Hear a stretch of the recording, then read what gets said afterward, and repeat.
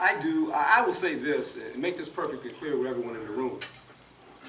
Everyone does not have a skill set to play football. Okay? So let's make that perfectly clear. This is a combative sport. It's a sport of contact. And we can all sit here and be naive and think that we don't like collisions. We do. This is why they build these arenas. Okay, we can sit here and say, well, you know what, we don't want to see that. We do want to see that. We have a society and we like when people hit each other. That's how it is. Now, here's the bottom line. How are we teaching them to do that? That's the most important thing. Look, with all the information we have right today on concussions, on how to teach young players the proper technique, how to play football, it's a much safer game. In the years that I played football, now he mentioned I was a head coach. I was an assistant coach. I was in the National Football League for 30 years. 30 years. I've seen it from 30 years to right now. The game is much safer. It's much better. But let me tell you something. If you play football, you have to have a certain amount of attitude. This game is about this. It's real simple. You test a person's will. You knock a man off the spot. That's what you do in football. Okay? Now all this pretty stuff that we watch on television, quarterback throw the ball and all that stuff, that's all pretty. But the bottom line is this. Some people are not built to play football, and that's okay. That's okay. Football's going to be fine. It's America's sport, whether we like it or not. It's the biggest elephant in the room, and that's why it's taking all these hits. Because everyone says, well, football's this, football's that. Let me tell you something. Football is going to be around for a long time. It's not going anywhere. So I know we're all worried about football. Don't we worry about football. It's going to be fine. We like contact. We like competitive violence within the rules. That's what football's about. It's not going to change, ladies and gentlemen.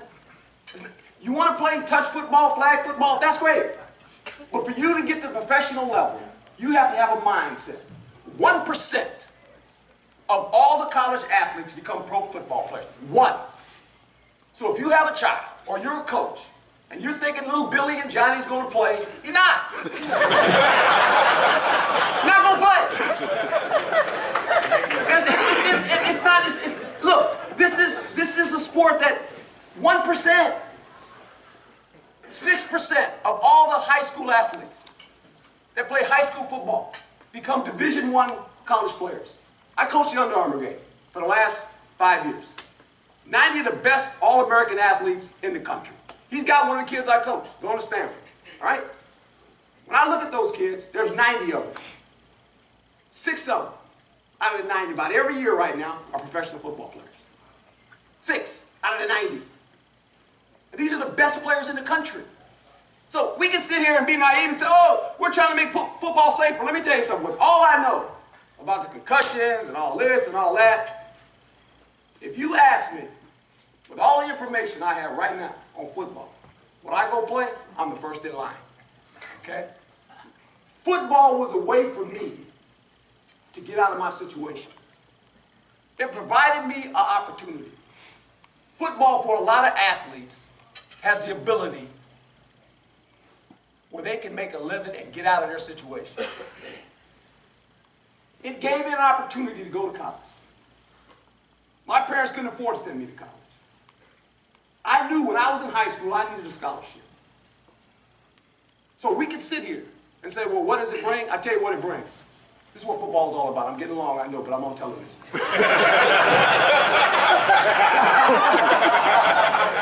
You'd be fired by now if you... Football like life. No commercials. Football like life is this. And all these men know it when they're involved in football or any sport. There's a huddle, like in life.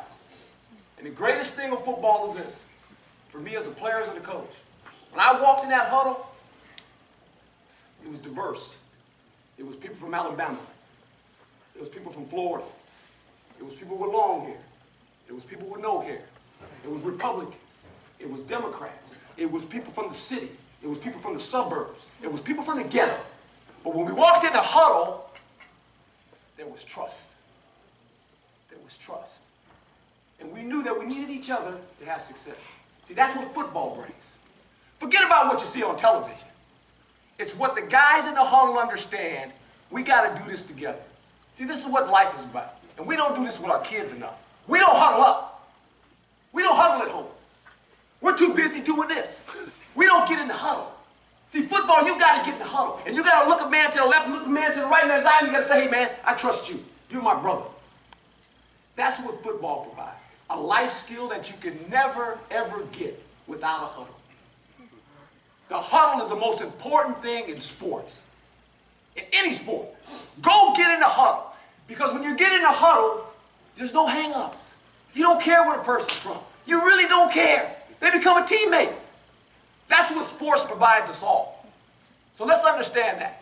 Let's don't worry about who's going to be a pro and what your legacy's going to be. That's a bunch of stuff. What does it give you? It gives you a chance to understand what this world's about. It's about people. It's about diversity. It's about people understanding we got to trust each other so we can better ourselves. That's football.